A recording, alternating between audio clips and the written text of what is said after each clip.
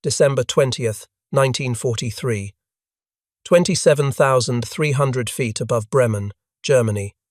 The gloved hand of Second Lieutenant Charles Brown trembled against the control column as he watched engine number 2 spew black smoke across the frozen German sky. The temperature outside read -40 degrees Celsius. Inside his oxygen mask, Brown's breath came in ragged gasps as he struggled to keep the crippled B-17 flying fortress level. Through the shattered plexiglass nose, wind screamed into the cockpit at 135 miles per hour. What 21-year-old Charlie Brown didn't know was that in the next 30 minutes, his encounter with a German fighter ace would demonstrate something impossible according to all military doctrine of 1943, that enemies could choose humanity over duty. That honor could transcend nationality. That a single decision made in the freezing sky above Germany would prove more powerful than any weapon carried by either side. The story that would unfold over the next hour would remain classified for decades, buried by authorities on both sides who understood that such an incident threatened to complicate the simple narrative of good versus evil that wars require. But the truth, when it finally emerged 47 years later, would reveal one of the most profound acts of mercy in military history. Brown had woken that morning at RAF Kimballton in England, a farm boy from Weston, West Virginia, about to fly his first mission as aircraft commander. At 21 years old, he had been entrusted with the lives of 9 other young men and a 4-engine bomber worth $240,000. Most of his crew were barely out of their teens, yet each man was a specialist trained for months in his particular role. Together they flew a bomber they had named Ye Old Pub, painted on the nose along with the image of a frothy beer mug. The mission briefing had been clear and terrifying. Nearly 500 B-17s from the 8th Air Force would strike the Focke-Wulf 190 aircraft factory in Bremen, deep in northern Germany. This factory produced some of the Luftwaffe's most lethal fighters, and German High Command would defend it to the death. Intelligence reported the target was defended by 250 flak guns, arranged in concentric rings around the city. Hundreds of Luftwaffe fighters from multiple Jägerschwaders were expected to intercept. The briefing officer had been blunt. Expect heavy resistance. Expect casualties. Some of you won't be coming back. Brown's crew had been assigned to Purple Heart Corner, the most dangerous position in the formation. This was the outer edge of the bomber stream, the vulnerable flank where German fighters concentrated their attacks. Isolated bombers in this position rarely survived concentrated fighter assault. The crews knew what the assignment meant. The veterans called it the coffin corner. The new crews just looked at each other with pale faces and said nothing. The weather over the North Sea had been brutal. Ice formed on the wings and windscreens. Temperatures plunged as they climbed to bombing altitude. 3 bombers had already turned back with mechanical problems before they even reached Germany, forcing the formation to compress and Brown's aircraft to move forward into an even more exposed position. The mission had started to unravel during the bomb run. As Ye Old Pub began its 10-minute approach, anti-aircraft fire erupted around them like deadly black flowers with crimson centers. The first shell exploded directly in front of the aircraft, shredding the plexiglass nose and sending shrapnel through the forward compartment. The concussion knocked out engine number 2 completely and damaged engine number 4, which began to overspeed dangerously. Brown fought the controls as the bomber slowed, unable to maintain formation speed. The other B-17s pulled ahead, their contrails fading into the distance. Ye Old Pub fell back, alone, a wounded bird separated from the flock. That was when the sharks arrived. At least 12 Messerschmitt 109s and Focke-Wulf 190s of Jägerschwader 11 swarmed the crippled bomber. For more than 10 minutes, they attacked in waves. Brown did the only thing he could. He turned into each attack, using his remaining forward guns to disrupt their aim. The defensive maneuver worked just enough to keep them alive, but the damage mounted with terrifying speed. Engine number 3 took hits that reduced it to half power. The bomber now had effectively 40% of its total rated power available. The oxygen system ruptured, and both Brown and his co-pilot, Second Lieutenant Spencer Luke, lost consciousness. Without oxygen at 27,000 feet, they had minutes to live. The bomber began to fall. Ye Old Pub dropped through the sky, spiraling toward the frozen German countryside below. At 3,000 feet, barely above the rooftops of Oldenburg, Brown regained consciousness. His training took over. He pulled back on the controls with every ounce of strength, and somehow, impossibly, the bomber leveled out. They were so low that Brown could see the expressions of shock on the faces of German civilians below, watching an American bomber pass close enough to shear tiles off their roofs. Brown took inventory of the damage and felt his stomach drop. The hydraulic system was destroyed, meaning no flaps, no brakes, manual landing gear deployment only.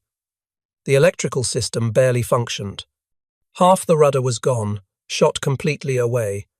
The entire tail section was shredded, looking like Swiss cheese.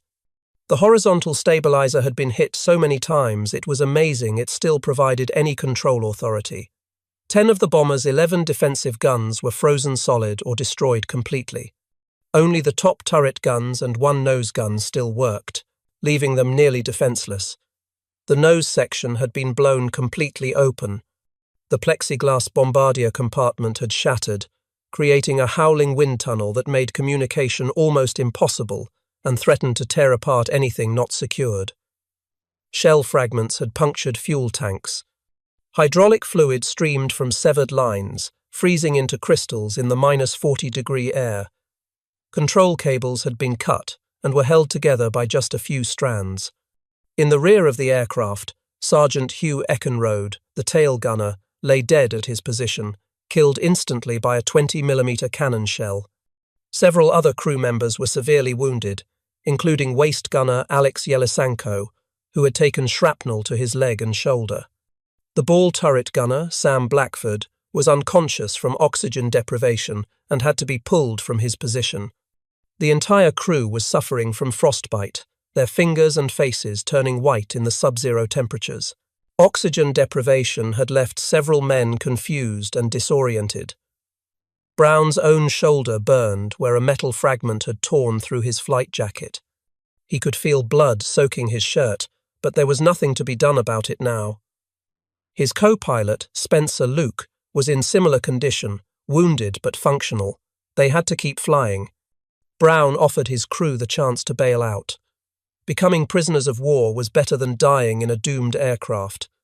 To a man, they refused. They would fly home together or die together. The crippled bomber limped north at 135 miles per hour, leaving a trail of smoke and hydraulic fluid.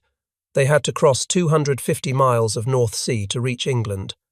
Brown knew their chances were essentially zero. But they flew on. What Brown didn't know was that their flight path had taken them directly over a Luftwaffe airfield near the town of Jever.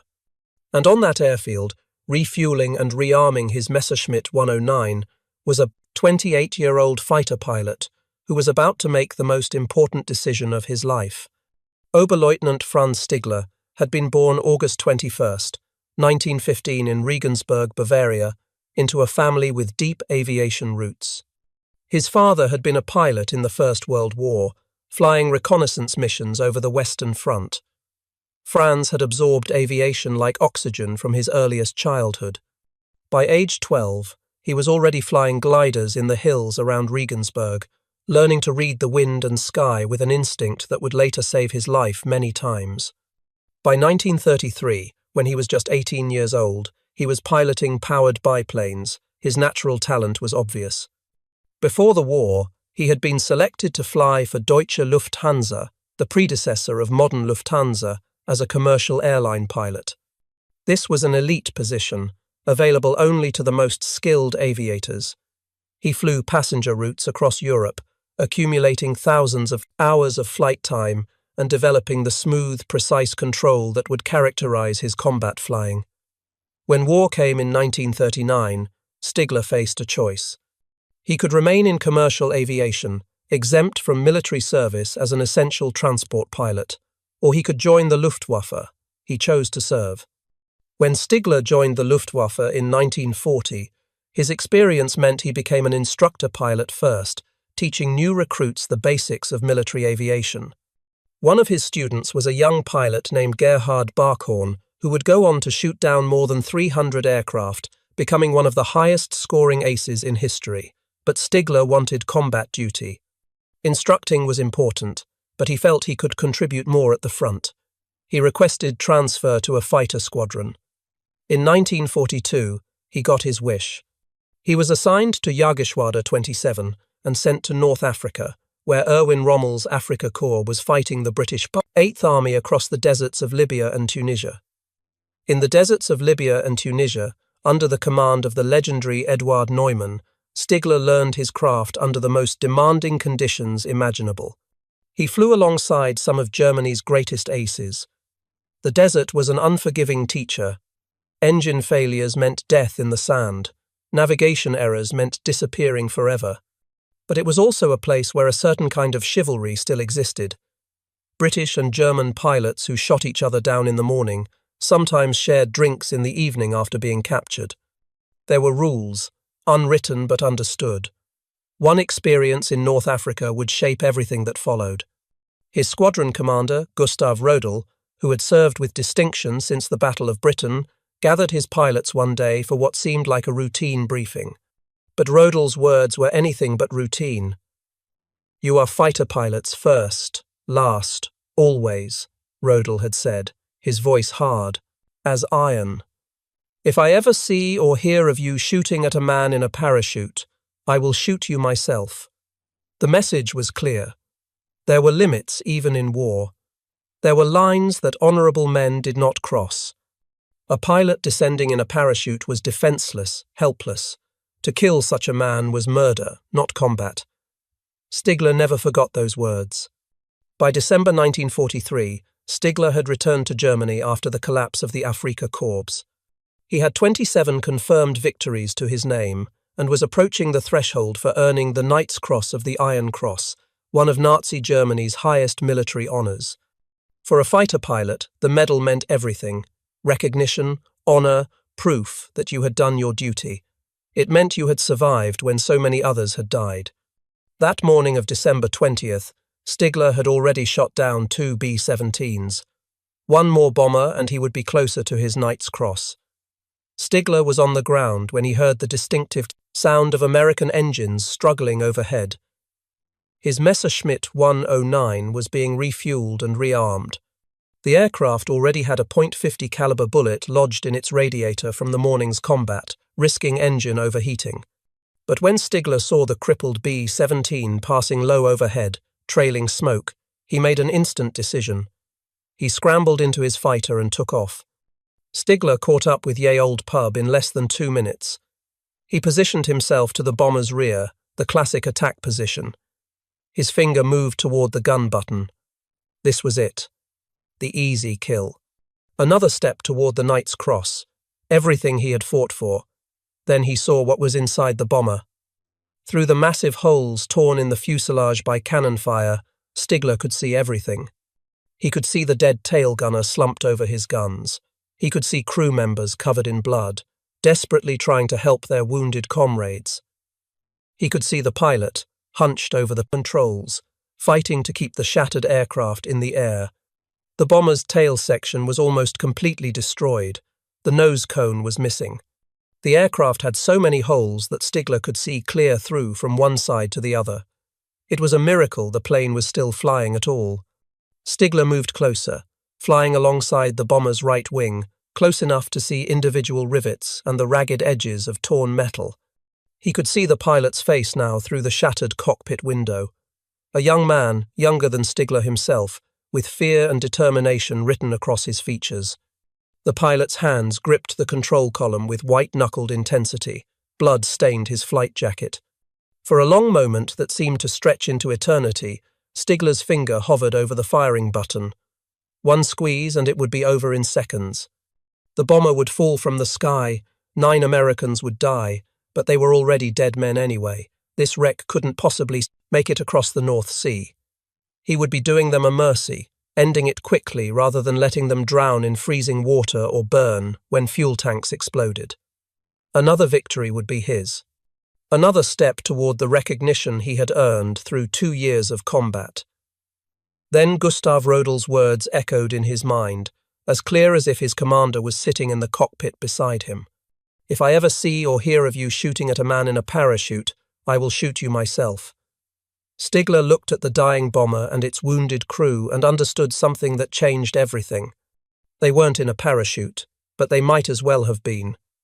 They were defenseless, helpless. They posed no threat to Germany, to his comrades, to anyone. Most of their guns were destroyed, frozen solid in the sub-zero air. The few guns that remained operational were manned by wounded, exhausted men who could barely stay conscious. They were just trying to survive, trying to get home, trying to save their friends. This wasn't combat anymore. This was something else entirely. To me, it was just like they were in a parachute, Stigler would later explain. I saw them, and I couldn't shoot them down. It would have been murder, not war. In that moment, Franz Stigler made his choice. He chose honor over glory, humanity over duty, life over death, conscience over orders. But Stigler didn't just refuse to shoot. In a decision that defied all military logic and put his own life at immense risk, he did something far more extraordinary. He decided to save them. Brown and his co-pilot Spencer Luke watched in confusion and rising terror as the German fighter moved into formation on their right wing, just feet away from their wingtip. This was it, they thought. The end. The fighter would finish them off at point-blank range where even a child couldn't miss. They would never see it coming. The cannon shells would tear through the fuselage, and that would be that. No parachutes, no survival, just an instant fireball and a long fall into the German countryside below. But the German pilot didn't fire. Instead, he gestured frantically, waving his hand and pointing downward, then to the side. Stigler was trying to communicate something, but in the chaos and noise of wind screaming through the shattered nose, with engines coughing and sputtering, with half the crew barely conscious from wounds and oxygen deprivation, Brown couldn't understand. The German pilot seemed to be indicating they should land, right here, right now, surrender on German soil.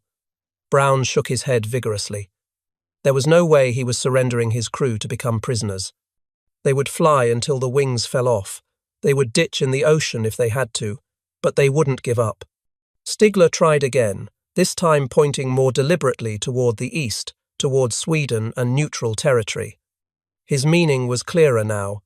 Neutral Sweden was closer than England, maybe 150 miles versus 250. If the Americans diverted there right now, they would be interned for the duration of the war, but they would live. They would receive medical treatment. The wounded would be saved. They would sit out the war in safety and return home when it was over. It was their best chance, possibly their only chance. Brown still didn't understand, or perhaps he understood but refused to accept. He kept the bomber pointed north, toward England, toward home, toward the bases and friends and the country he had sworn to serve. They would make it home or die trying. Stigler realized the Americans didn't comprehend his gestures or had chosen to ignore them, and he understood something else that filled him with dread. This bomber, crawling through the sky at 135 miles per hour, at barely 1,000 feet altitude, was about to cross the Atlantic Wall.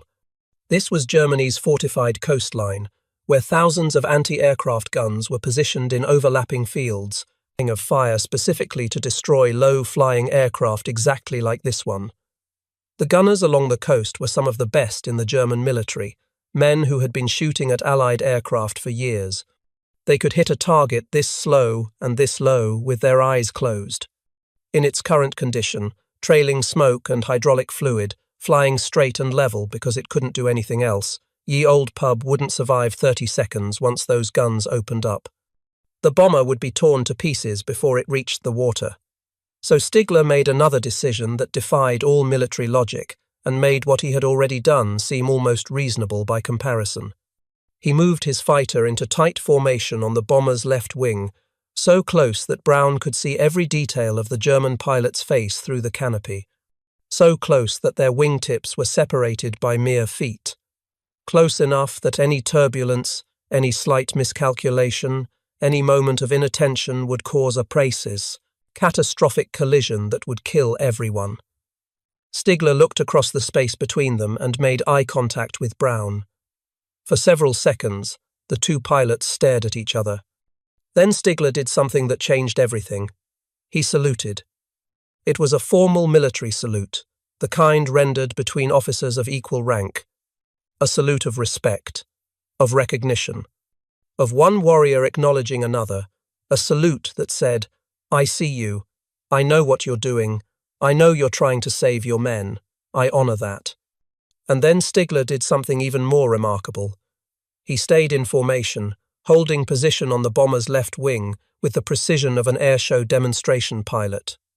German anti-aircraft gunners on the ground were trained to shoot at any aircraft that came within range, to fire first and identify later. The standing orders were clear. If it flies, if it's low, if it's over Germany, shoot it down. No exceptions, no hesitation. Thousands of Allied aircraft had been destroyed by these guns. The gunners were veterans, experienced, deadly accurate. But the gunners were also trained to recognize their own aircraft. They knew the distinctive silhouette of a Messerschmitt 109. They knew what German formations looked like. They knew their own squadron markings and call signs. When they looked up and saw a Messerschmitt 109 flying in tight formation with a bomber, flying so close that the two aircraft looked almost connected, their training told them something different than their standing orders. This must be a captured Allied aircraft being escorted to a German airfield, or perhaps a German bomber returning from a test flight, or some kind of special operation that they hadn't been briefed about. Whatever it was, the presence of the German fighter meant don't shoot. Stigler used his own aircraft as a human shield. He risked his life, risked being shot down by his own anti-aircraft guns if they recognized the bomber as American, to protect an enemy aircraft. He risked court-martial and execution if anyone reported what he was doing. He risked collision with the bomber, whose pilot might make a sudden maneuver at any second. He risked running out of fuel over the North Sea with no way to return home. For over 15 minutes, as long as it took for a bomber at 135 miles per hour to cross the coastal defences, he flew alongside Ye Old Pub. Formation flying this close required total concentration. Any distraction, any loss of focus, any moment of inattention meant death for everyone. He held position through turbulence, through the bomber's erratic movements as its damaged controls responded unpredictably, through the temptation to look down at the German gunners below, who must be watching this bizarre formation pass overhead. They flew over Wilhelmshaven, over the submarine pens and naval facilities. They flew over gun positions that could have destroyed them both in seconds.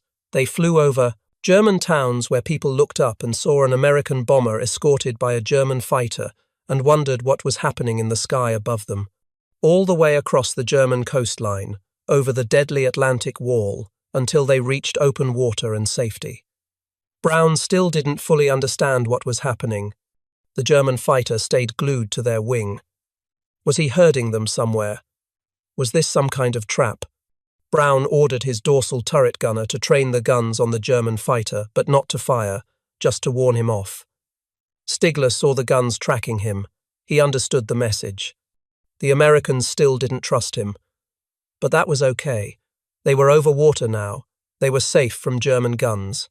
They had a chance. Stigler pulled away from the bomber. He looked across at Brown one more time. Then he raised his hand in a final salute, rolled his fighter, and turned back toward Germany. Brown watched the German fighter disappear into the clouds, dwindling to a speck, and then vanishing entirely. His mind reeled, trying to process what had just happened. A German fighter pilot, an enemy combatant whose job was to kill Americans, had just saved their lives.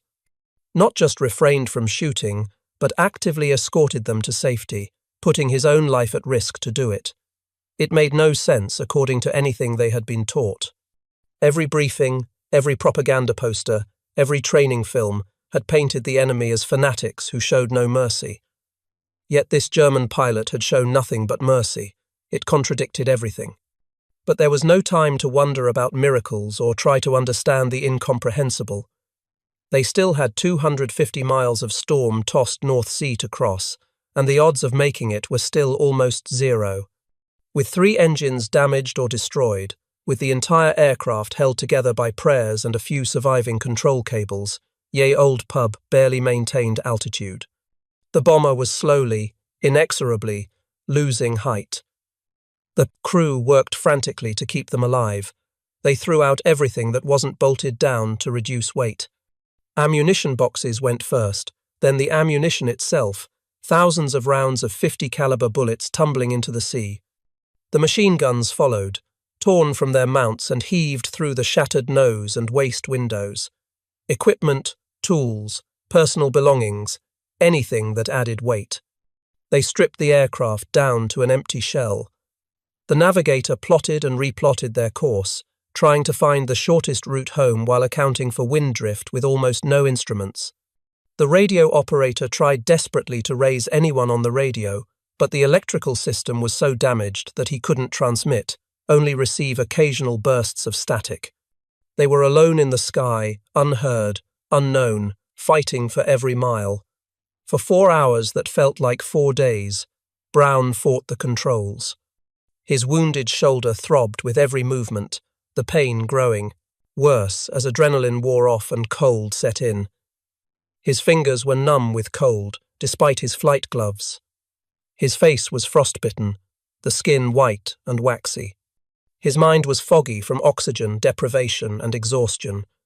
But he kept the bomber flying through sheer force of will, making constant tiny corrections to keep the wings level, the nose up, the engines running. The North Sea in December was among the most hostile environments on Earth. Storms swept across the grey water constantly. Visibility dropped to near zero in squalls. The water temperature was cold enough to kill a man in minutes.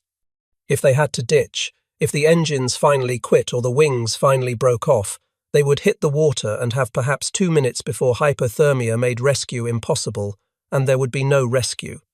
No one knew where they were. No one was looking for them. They had been written off hours ago. But somehow, impossibly, the battered bomber kept flying. Engine number 1, the only engine, operating at full power, continued to turn. Engine number 3, damaged but functional, provided enough thrust to help. Even engine number 4, overheating and vibrating dangerously, kept running when by all rights it should have exploded. Finally, after what seemed like an eternity, the English coast appeared through the clouds. Brown had no idea where they were. The radio was dead. Navigation equipment destroyed. The compass was unreliable due to all the metal damage. He just looked for any airfield, any flat piece of ground long enough to accommodate a dying bomber. Then he saw it. RAF Seething, home of the 448th Bomb Group. The runway stretched out below them, a blessed strip of concrete that meant salvation. Brown lined up for final approach, but nothing was simple.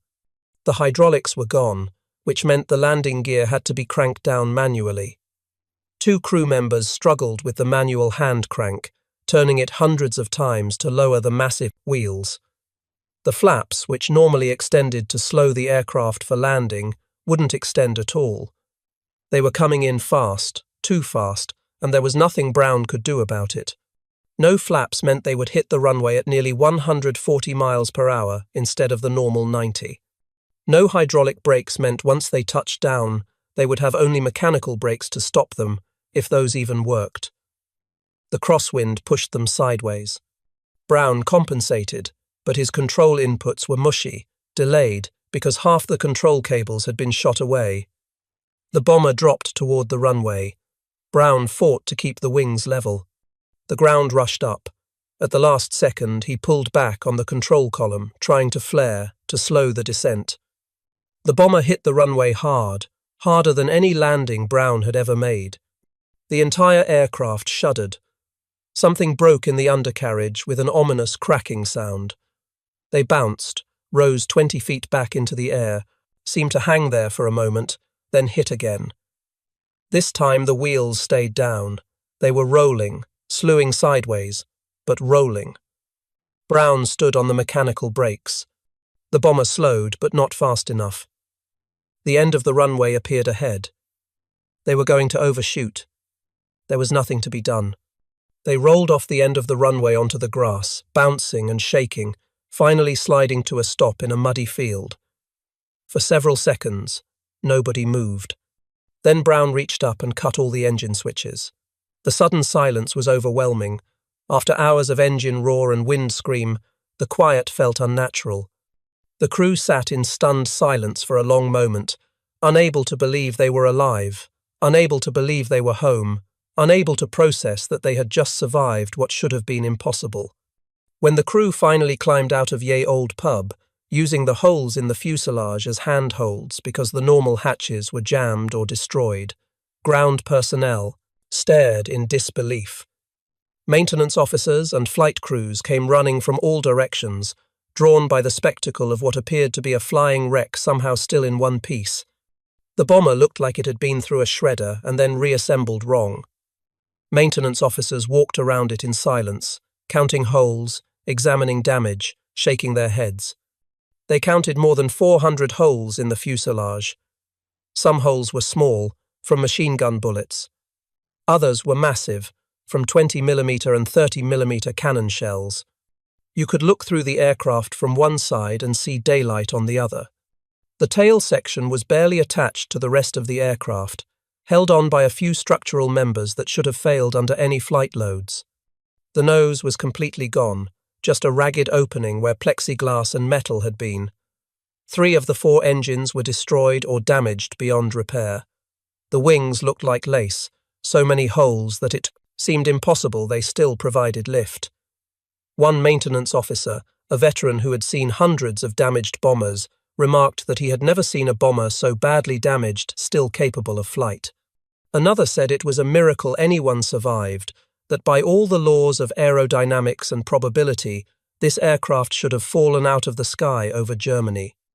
A third simply said that God himself must have been the co-pilot, because no human pilot could have brought this wreck home. At the debriefing, held in a cold office with intelligence officers who had heard every kind of combat story imaginable, Brown told his commanding officers everything. He described the flak damage, the fighter attacks, the spiral toward the ground, the recovery at 3,000 feet. He described the damage to the aircraft, the casualties, the desperate flight north. And then he described something that made the intelligence officers stop writing and look up with expressions of disbelief. He described the German fighter pilot who had escorted them to safety. He described how the enemy pilot had positioned his aircraft to shield them from anti-aircraft fire. He described the salute. He described how this German pilot had risked his own life, violated his orders, and committed what could be considered treason under Nazi military law, all to save 10 American airmen he had never met.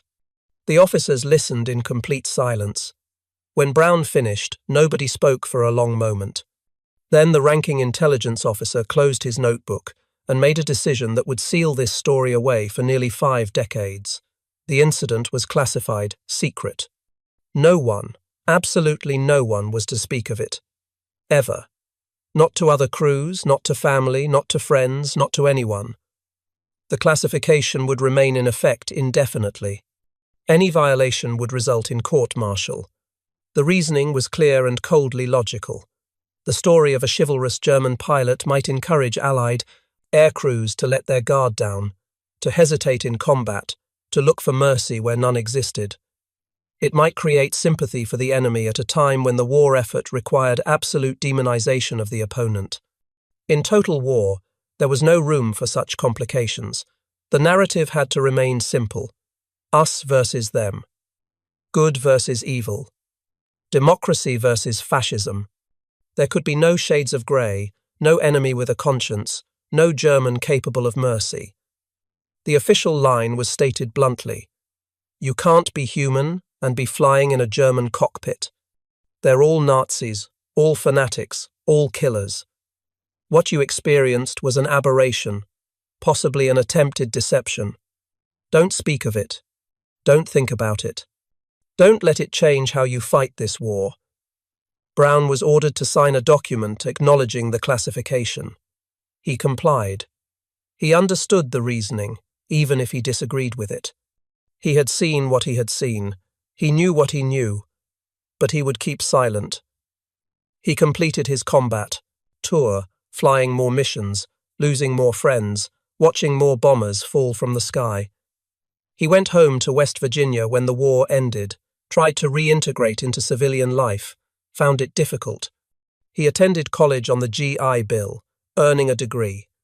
He returned to the newly formed United States Air Force in 1949, unable to fully leave military service behind. He served in the Office of Special Investigations, hunting Nazi war criminals, ironically enough. He served with the Joint Chiefs of Staff, working on strategic planning. He served in various other assignments across 2 decades until his retirement in 1972 with the rank of Lieutenant Colonel. But through all those years, through all those assignments, through marriage and children and the ordinary passages of civilian life, he never forgot the German pilot who had saved his life. The memory haunted him. He saw that Messerschmitt 109 in his dreams. He saw the salute. He wondered, constantly, whether the German pilot had survived the war, whether he was still alive, whether he ever thought about that December day. Meanwhile, thousands of miles away, Franz Stigler landed his fighter at his base near Bremen and made a decision that would define the rest of his life. He said nothing about what he had done. Not to his squadron mates, who would have called him a traitor, not to his commanding officers, who would have court-martialed him, not to his family, who would have been endangered by the knowledge. Not to anyone, ever. The reason was brutally simple. Under Nazi military law, as interpreted by increasingly paranoid and vicious authorities in late 1943, what Stigler had done was a capital offence. He had allowed an enemy aircraft to escape when he had the clear opportunity to destroy it. He had actively aided the enemy by escorting them to safety. He had placed his own aircraft at risk to protect enemy personnel. Any of these actions alone could be interpreted as treason, cowardice, or defeatism. Together, they constituted an ironclad case for execution. The Nazi regime had become increasingly brutal in its treatment of perceived traitors. Officers were shot for far less than what Stigler had done. Pilots who turned back from missions due to mechanical problems were sometimes accused of cowardice. Men who expressed doubts about ultimate victory were arrested by the Gestapo. In this atmosphere of paranoia and terror, Stigler's act of mercy would have been seen as ultimate betrayal. If anyone had learned what Stigler did that day, he would have been arrested within hours. The Gestapo would have investigated. They would have questioned his family, his friends, his squadron mates. They would have looked for other signs of defeatism or disloyalty. The investigation alone would have destroyed him and everyone he knew, even if he somehow avoided execution. So Stigler remained silent. He buried the memory deep. He never claimed the bomber as a kill, which would have been easy enough to do since no one had witnessed the encounter. He never spoke of the incident, not even in his personal diary. He sealed it away and continued fighting, day after day, mission after mission, pretending it had never happened. But something had changed in Franz Stigler that December day. He continued to fly combat missions. He continued to engage Allied aircraft. He continued to do his duty as a fighter pilot. But he never again felt the same enthusiasm for accumulating victories. The Knight's Cross, which had seemed so important that morning, suddenly mattered less. He flew to protect his comrades, to defend his homeland, to do his duty. But the glory was gone, replaced by a weariness and a growing understanding that this war would not end well for Germany. Stigler went on to fly 487 combat missions, an almost incomprehensible number that represented nearly 3 years of continuous combat flying. He was shot down 17 times, a testament both to his skill at survival and to the increasing ferocity of Allied air power. He bailed out 6 times, each time landing behind German lines and returning to duty. He crash-landed 11 times, walking away from wrecks that should have killed him.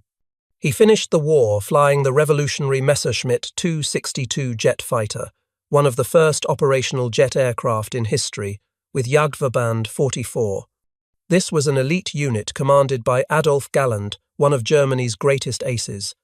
Flying jets against piston-engine aircraft should have been easy, but by then the Allies had such overwhelming numbers that even technological superiority couldn't change the outcome. Stigler flew missions until the final days of the war, landing his jet on cratered autobahns as German airfields were overrun, fighting an increasingly hopeless battle. He survived the war with 27 confirmed victories, though the actual number was certainly higher. Many of his combats went unwitnessed, many victories unclaimed. After his encounter with Ye Old Pub, he had lost his appetite for claiming kills. He just flew, fought, survived another day, and tried not to think about what would happen when Germany finally lost. When the war ended in May 1945, Stigler found himself in a destroyed Germany that bore no resemblance to the country he had fought to defend.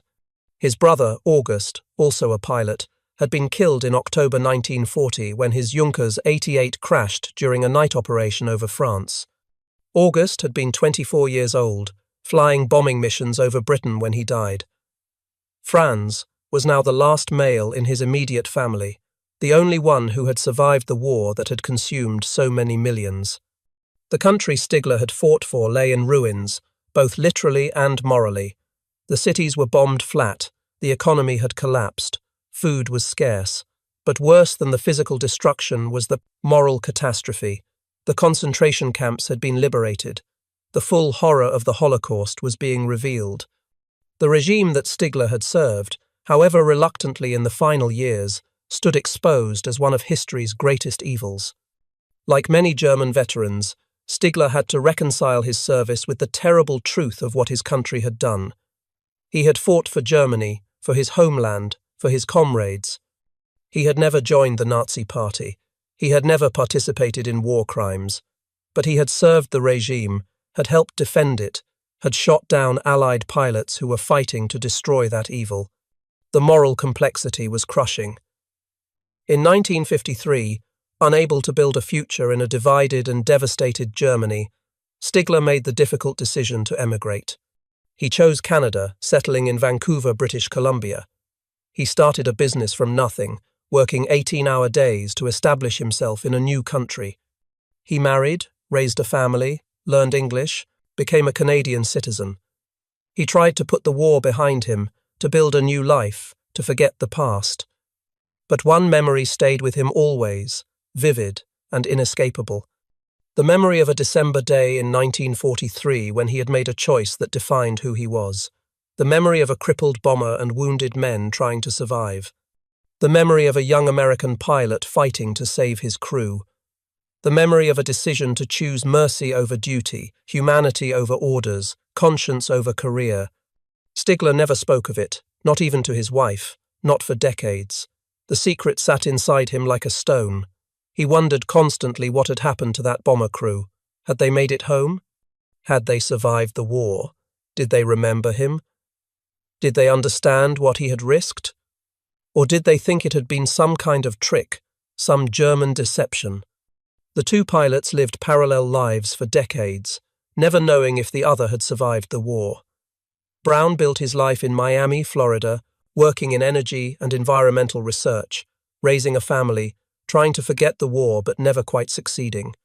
Stigler built his life in Vancouver, running his business, raising his family, trying to forget the war but carrying always that one memory that refused to fade.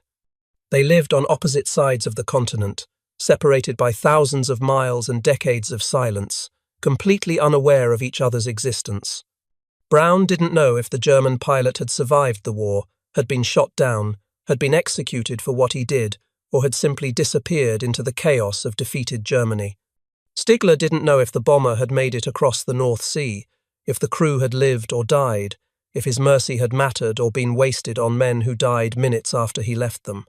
They were connected by an invisible thread, two men bound together by 30 minutes in December 1943, but separated by circumstance, by geography, by the classification stamp on a military file, by the silence that both had maintained for different reasons.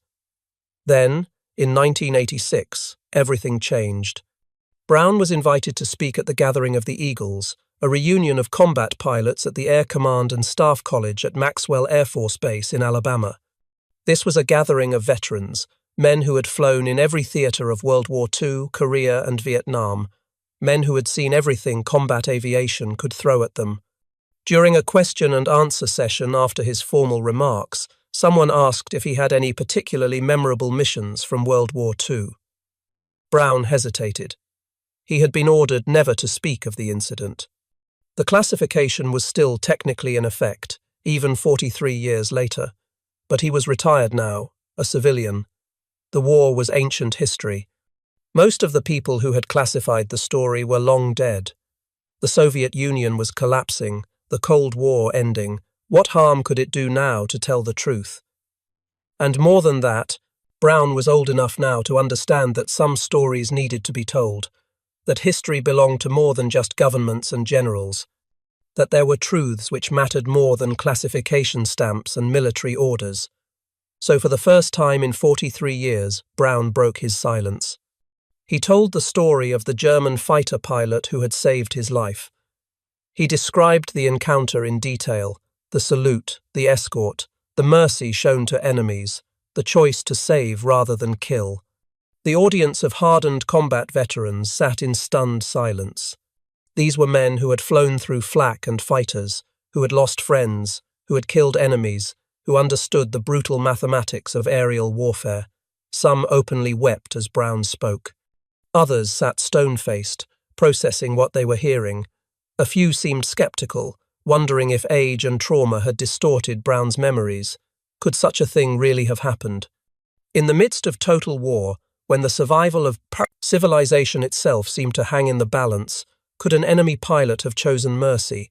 Could a German fighter pilot, serving perhaps the most evil regime in human history, have possessed such humanity? After the speech, something fundamental changed in Charlie Brown. He realized he needed to know.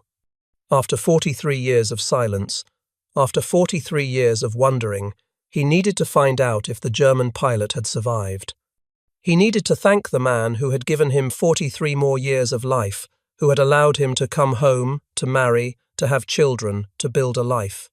He needed to close this circle, to find an answer to the question that had haunted his dreams for nearly half a century.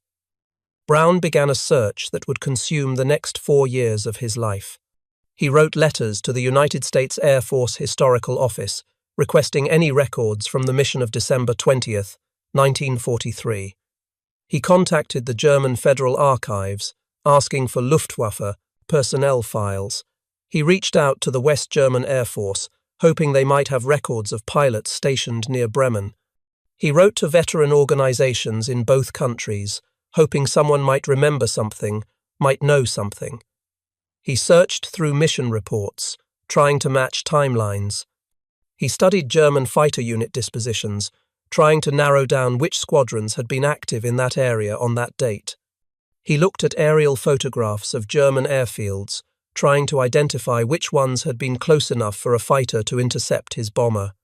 He cross-referenced everything, building a database of information that should have pointed him toward an answer, but he found nothing. Records from December 1943 were sparse, scattered, often destroyed. The Allied bombing campaign had destroyed many German archives. The chaos at the end of the war had led to more losses. What survived was often incomplete or inconsistent. German fighter pilot names remained classified in some cases, lost in others. Nobody seemed to remember anything about a fighter escorting a bomber to safety. Brown began to wonder if he had imagined the whole thing. His memories of that day were hazy in places, clouded by injury, oxygen deprivation, shock, and exhaustion. Maybe the German pilot hadn't really saluted. Maybe there had been no escort. Maybe the fighter had just happened to fly alongside them by coincidence, heading back to base. Maybe his traumatized mind had created a story of mercy to cope with the horror of watching Eckenrode die, of nearly dying himself, of bringing home a bomber full of wounded men. But he knew what he had seen. He knew what had happened. The memory was too vivid, too detailed, too specific to be a hallucination or a delusion. The salute had happened. The escort had happened. The mercy had been real. But Brown refused to give up. He had flown a shattered bomber across 250 miles of ocean.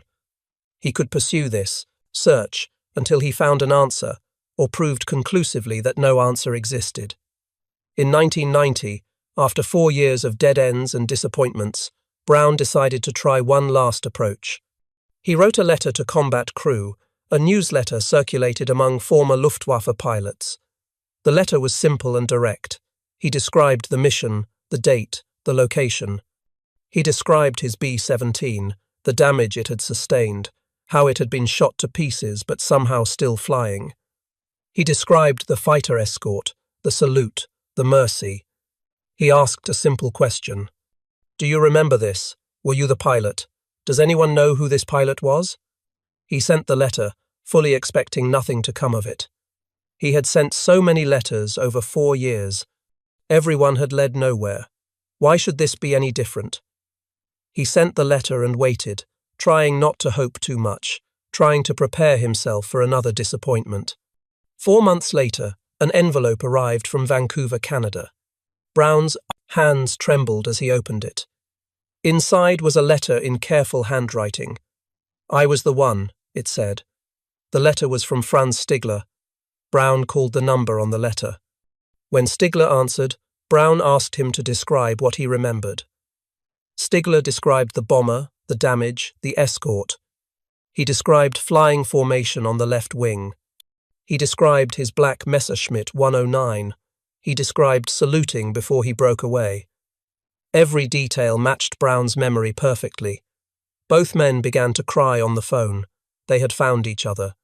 After 47 years, the two warriors were reunited. They agreed to meet in person.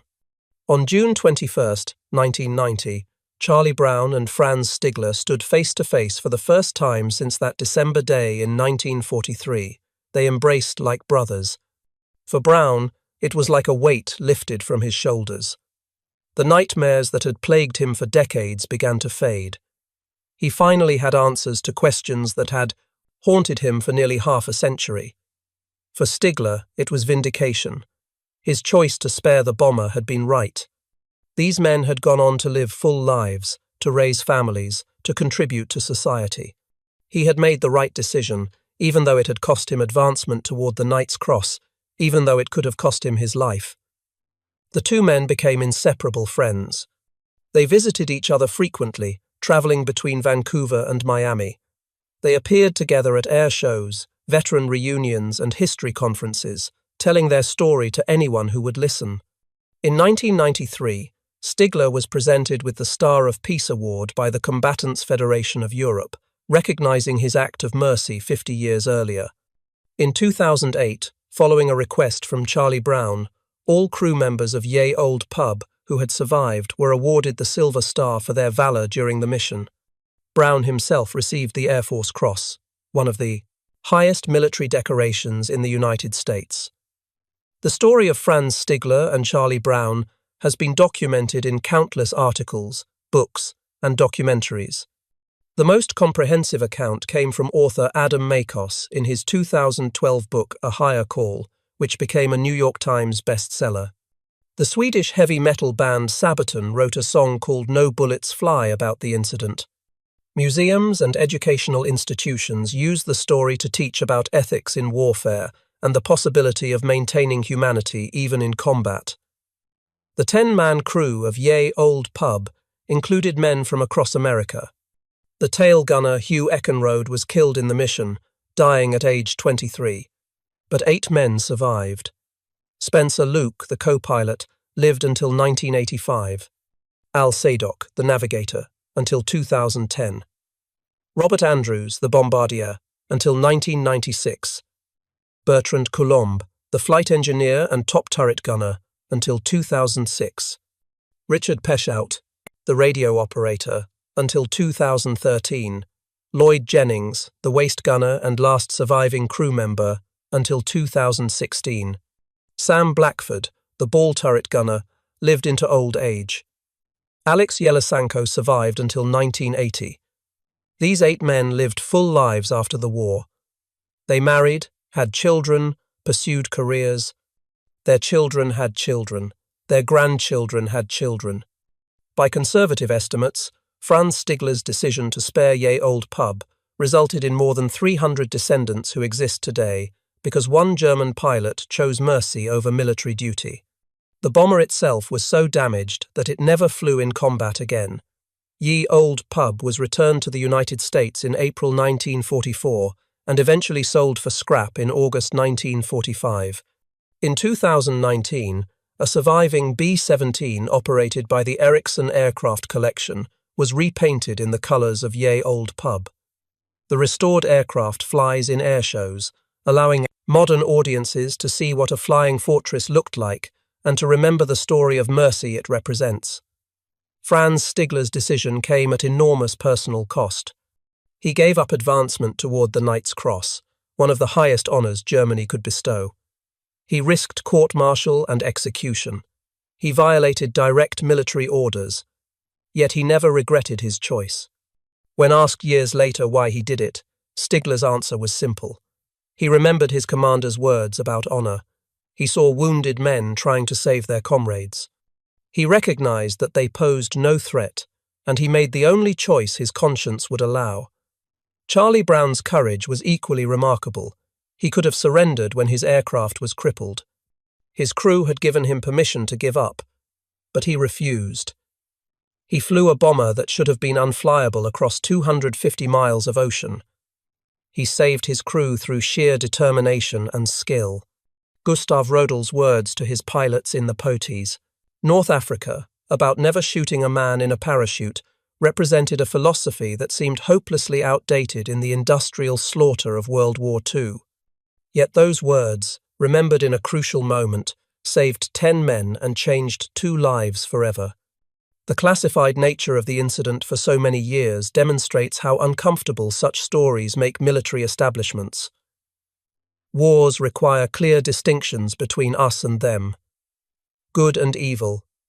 Friend and enemy. Stories of enemy mercy complicate those distinctions. They make soldiers question whether the person in their gun sights is really so different from themselves. The reunion of Brown and Stigler in 1990 provided both men with healing they desperately needed. For Brown, it ended decades of wondering and nightmares. For Stigler, it validated a choice he had made at enormous risk and that he had carried in silence for nearly 50 years. Their friendship in the final years of their lives showed what could be possible when warriors meet as human beings rather than as symbols. They travelled together, spoke together, and became as close as actual brothers. When one died, the other followed soon after, as if neither could bear to be separated again. The friendship lasted 18 years.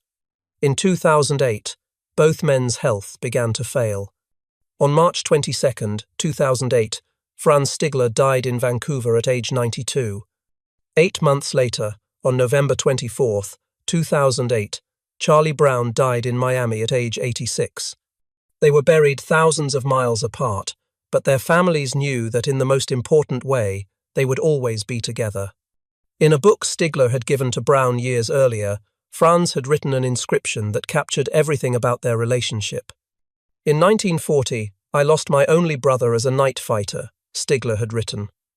On December 20th, 1943, I was able to save a B-17 from its destruction, a pilot named Charlie Brown. He is for me as precious as my brother was. Thanks, Charlie, your brother, Franz. On that frozen December day in 1943, 27,000 feet above Germany, 2 men met as enemies. They parted as something more. And 47 years later, they found each other again as brothers.